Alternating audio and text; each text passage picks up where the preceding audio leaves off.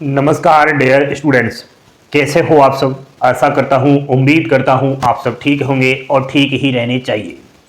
साथियों, राजस्थान प्रदेश में आंगनबाड़ियों की भर्तियाँ आ रही है अलग अलग ज़िले में, तो आप सभी को आंगनबाड़ी का फॉर्म ज़रूर अप्लाई करना चाहिए।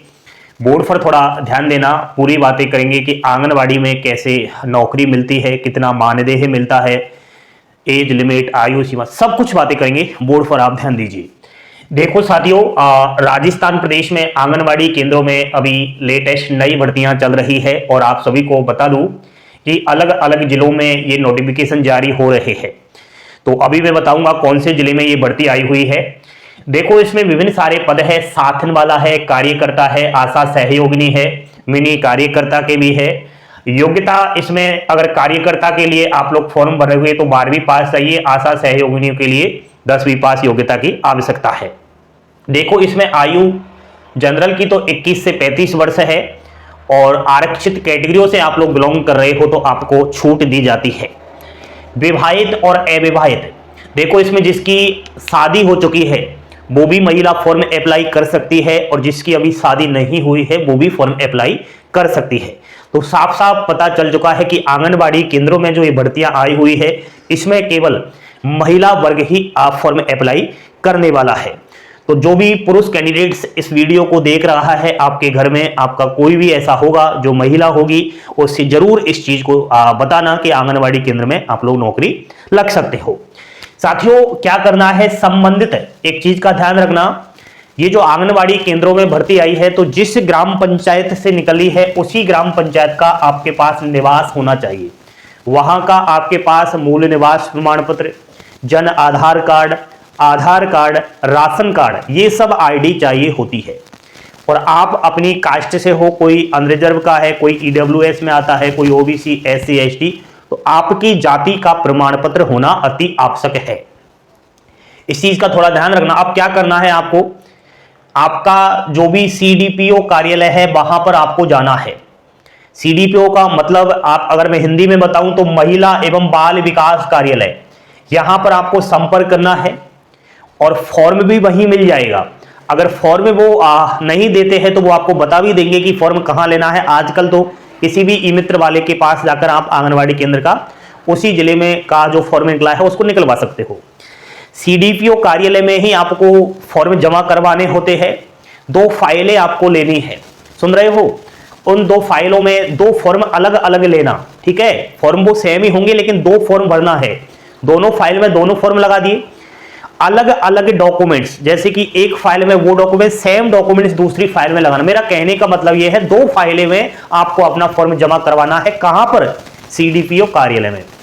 फॉर्म के साथ आवश्यक दस्तावेज, देखो भाई, इसमें आपकी जो क्वालिफिकेशन है वो तो आपको मार्कशीट लगानी ही लगानी है। उसके अलावा आप भी जानते हो कि एक आधार card, Jan Aadhaar card, ration card, BPL में हो तो वो, आईपीएल वाला हो तो वो, तो आपके वो आईडी जो भी है आपके पास वो सारा उसमें लगाना पड़ता है। पासपोर्ट साइज फोटो, अगर घर में बाथरूम बना हुआ है तो वो सर्टिफिकेट भी चाहिए कि हमारे घर में बाथरूम है, तो वो तो कोर्ट से बन जाता है, कोई भी नोटरी पब्लिक वाला उसको बना देता है। तो ये फॉर्म चाहिए होंगे। और आंगनबाड़ी में जो ये भर्ती निकाली जाती है ना साथियों, इसे में किसी भी प्रकार का कोई भी एग्जाम्स नहीं होता, बिना परीक्षा के डायरेक्ट ये नौकरी लगती है। इसमें मूल्यांकन होता है। देखो, इसमें मेरिट लिस्ट जो निकलेगी मूल्यांकन के हिसाब से निकलेगी। किस तरीके से मूल्यांकन होगा इसको समझना बेहद ही जरूरी है आप लोगों के लिए। सबसे पहले शैक्षणिक योग्यता का मूल्यांकन होता है। अगर किसी ने ग्रेजुएशन, स्नातक से अधिक, जैसे एमए वगैरह कर लिया है, स्नातक प्लस वालों को अधिकतम 5 अंक मिलेंगे। अगर मान लिया जाए आपने केवल डिग्री किया है तो 4 अंक, 12वीं किया है तो 3 अंक मिलेगा, 10वीं किया है तो 2 अंक मिलेगा, 8वीं किया है तो मात्र 1 अंक मिलेगा। तो इस चीज का थोड़ा ध्यान रखना। बाकी टोटल पूर्णांक की बात करूं तो 5 है। अधिकतम शैक्षणिक योग्यता का जो है 5 अंक आपको मिलेगा। अधिकतम का मतलब बता दिया मैंने, स्नातक प्लस है भाई, बीए बीएससी प्लस और आपने कोई पढ़ाई की है तो उसका आपको अधिकतम 5 अंक मिलेगा। सुन रहे हो ना, कान खोलकर सुनिए। फिर आपकी श्रेणी देखी जाएगी, आपकी कैटेगरियां देखी जाएगी, क्योंकि आप में से बहुत सारे, अगर कोई एससी एसटी जाति से है तो 3 अंक मिलेगा, एमबीसी ओबीसी को 2 अंक, ईडब्ल्यूएस कैटेगरी के 2 अंक, अनरिजर्व के 1 अंक। अधिकतम यहां पर कैटेगरी को देखा जाऊं तो 3 अंक मिलेगा अधिकतम, एससी एसटी 3 अंक। ठीक है, जोड़ते चलना, एक कागज ले लेना, पेन ले लेना और जोड़ना। और मुझे कमेंट करके बताना कि आपके कितने नंबर बन रहे हैं। इस तरीके से अगर कोई विकलांग भाई बहन है तो 2 नंबर जोड़ लेना, उसके 2 नंबर मिलते हैं। विशेष योग्यता में देखो भाई, अगर एनटीटी कर रखा है, वीएचटीसी कर रखा है, बीएड कर रखा है, नर्सिंग कर रखा है तो 2 अंक आप उसके जोड़िए। उसके बाद एएनएम और जीएनएम कर रखा है तो 3 अंक वो जोड़ लीजिए। उसके बाद आरएससीआईटी किया है तो 1 अंक जोड़िए, पीजीडीसी किया है तो 2 अंक जोड़िए। ठीक है, यहां पर कोई बीपीएल श्रेणी से है तो 2 अंक उसका जोड़ लेना, और विधवा अगर कोई महिला है, परित्यक्ता है, कोई तलाकशुदा है तो 3 अंक उसका जोड़ लेना। जोड़ रहे हो ना। कार्य अनुभव देखो, पहले किसी महिला ने अगर आंगनवाड़ी केंद्र में काम किया है, किसी कारण से वो हट चुकी है तो एक्सपीरियंस उसके पास है तो 3 अंक उसका जोड़ लेना। टोटल ये आपको जोड़ना है, समझ रहे हो। अब सुनिए गलती क्या करोगे। बहुत सारे अभ्यर्थियों ने केवल 12वीं पास किया है तो वो 5 अंक ना जोड़े, वो केवल 3 अंक जोड़े। सर ने बताया अधिकतम 5 अंक, नहीं भाई, अधिकतम 5 अंक उसको मिलेगा जिसने ग्रेजुएशन प्लस किया है। मान लिया जाए आपने केवल 10वीं फॉर्म में अप्लाई किया है, भाई आपने 10वीं पास किया है और आप आशा सहयोगियों के लिए फॉर्म अप्लाई कर रही हो, आपके पास और कोई योग्यता है नहीं, तो फिर आपको क्या करना है, मात्र 2 अंक जोड़ना है यहां पर। इसमें से आप देख लेना भाई, आप हो अनरिजर्व कैटेगरी के और आप जोड़ रहे हो 3 अंक, तो वो गलती करोगे। अनरिजर्व का केवल 1 अंक जोड़ना है। पीएच हो तो 2 जोड़ना, नहीं हो तो बिल्कुल 0 जोड़ना। उसके बाद विशेष योग्यता में देख लेना, बीएचटीसी किया हुआ है, ऐसा नहीं कि एनटीटी बीएचटीसी दोनों किया है तो ज्यादा मिलेगा, अधिकतम 2 अंक है यहां पर। बीएड किया हो, देखो मैं कहता रहता हूं ना कि बीएचटीसी और बीएड के बिना भी आपको अगर एनटीटी कर लेते हो तो फायदा होता है। एनटीटी की राजस्थान में ढेरों सारी भर्तियां आ रही है। राष्ट्रीय शिक्षा नीति 2020 के तहत कम से कम 2025 की बात करूं तो 50,000 पदों पर भर्ती आएगी।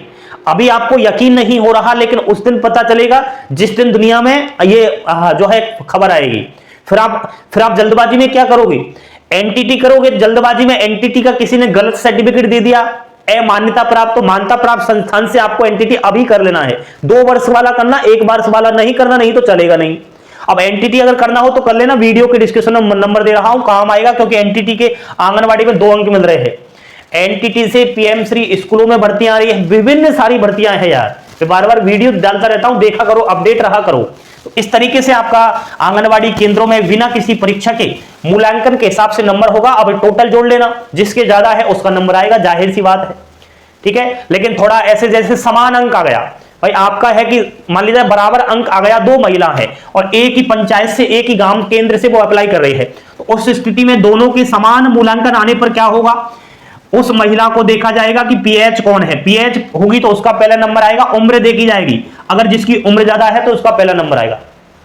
ठीक है, समान अंक आने पर विकलांगता और उम्र दोनों देखी जाती है, तो वरीयता सबसे पहले विकलांगता और अधिकतम उम्र वाली महिलाओं को मिलती है, केवल समान अंक आने पर। यदि कोई छोटी महिला है और उससे वो बड़ी महिला है आयु में और बड़ी महिला का 1 अंक कम है, तो ऐसा नहीं कि बड़ी महिला का नंबर आ जाए, छोटी का ही आएगा। तो इस चीज का ध्यान रखना।